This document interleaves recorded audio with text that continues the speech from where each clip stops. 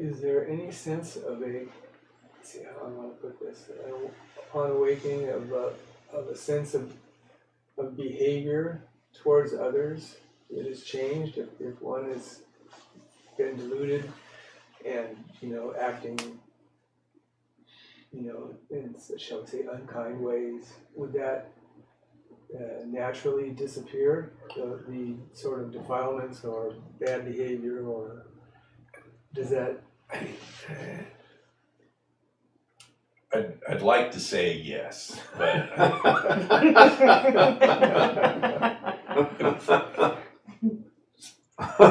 we have to really look into what is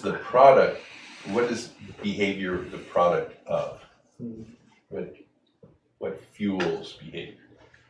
And behavior is a complex result. It's a result of a complex of inputs. Any behavior, any action in a given moment is linked to an incredible array of causes, of influences, from your basic DNA, your genetics, to your conditioning, your upbringing, the influences. And if there is this understanding, which is in my definition, the death of this false sense of independence, if that happens, then the influence of this false sense of independence isn't there, of course. But all the other influences are. So, and they will continue to play out. In what ways they play out, we don't know. So, one of the classic examples of this is my guru's guru, who is a man named Nisargadatta Maharaj. And he was a very volatile personality. His nature was very volatile. And he would yell at people in his satsangs. I mean, he would get angry, red face, vein popping out on his forehead, angry. And he'd yell at people, and he would kick people out of his satsang. You ask me a stupid question like that? You've been coming here for 6 months, and what the hell's the matter with you? Get out of here! Leave my satsang. You haven't been listening. Go! Now, some people would say, this is hurtful behavior. You hurt this person's feelings. He's going to feel terrible. He's going to feel awful. You're supposed to be kind. You're a sage. You're supposed to be a nice person. You're acting like a monster, a maniac. What the hell is going on? Skillful means of some kind? No, well, yeah, you can tell all kinds of stories about it. I mean, it's crazy wisdom. It's and anything to bring back intentionality, anything to bring back the authorship. Well, he's really authoring, this guy's better good through this means, this skillful application of cruelty is designed to precisely, free him from the bounds of his blah blah. You can tell all, and people do, in order to maintain the story line that that the sage is a saint, and the difference between a sage and a saint. In my language, a saint is someone whose behavior matches the highest standards of the group. Okay, this is a saint.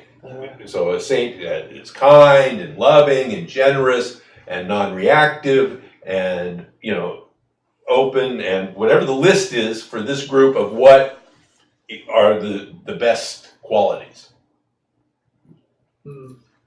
and usually the list's quite long. More than and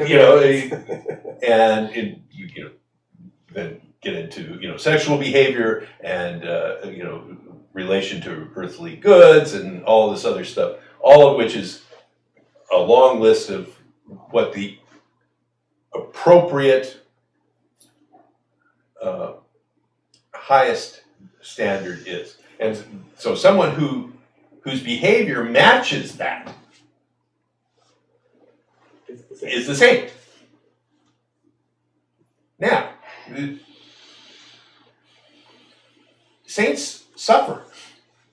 You read the writings of saints. There's lots of writings of saints, and you can read them, and they're suffering. Mm-hmm. Even though everybody goes, you're a saint. They go, yeah, but in the darkness of my cell, I'm thinking about this,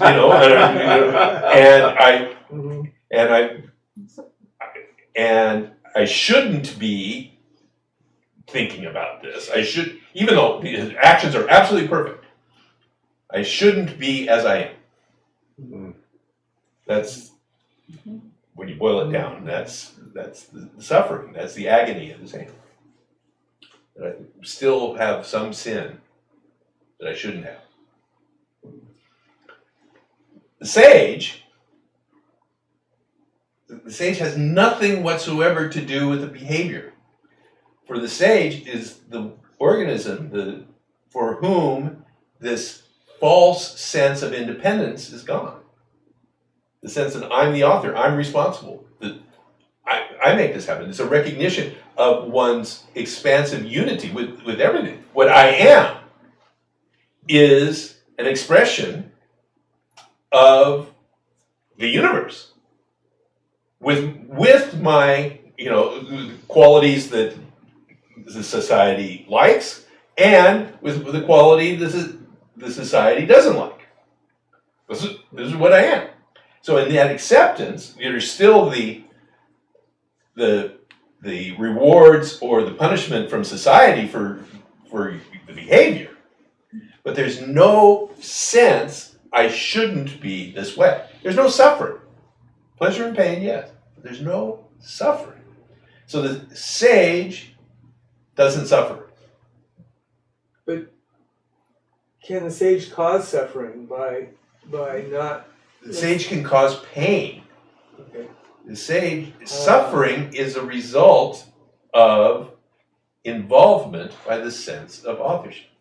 That's suffering, our definition of suffering. Mm-hmm. Yes, in the example of Nisargadatta, his kicking people, he's yelling at somebody, causes them pain. They feel bad. He's caused them pain. That behavior caused that pain. Yeah. So in a sense, the consciousness with a capital C is value free. Can you say something like that? I would be very comfortable if you said that. Yes, I wouldn't necessarily say that because I wouldn't personify consciousness in any way and say. But because the pointer of this teaching is that consciousness is everything. It's not a thing with properties. Okay. All properties and values are a property exist within humans. You have values. So it isn't that that's false. It is part of this expression of consciousness as you, and in this formula, values exist.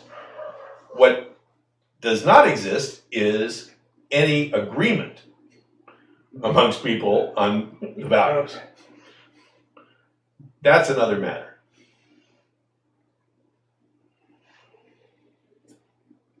But everybody has them. Right. I'm particularly thinking of how I relate to my daughter to be a better father. if I we would all like to be perfect. Who would not want to be a perfect person? Not only to our children, but to all that we love, and then as we get more spiritually enlightened, to all the world. Who wouldn't want to be that? If for no other reason, when you are, the benefits flow in. It's a transaction. Well, the nicer, more generous, more kind, more loving you are, the more generosity, kindness, and love you get. It's a formula. You can watch it. The principle is, it's like clockwork.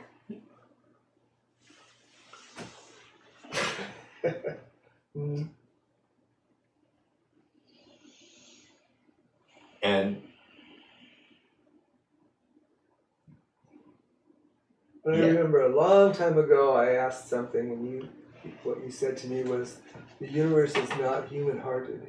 that was a quote from Ramesh. He said that very early on, and it struck me very powerfully. When he said, the universe is not human-hearted.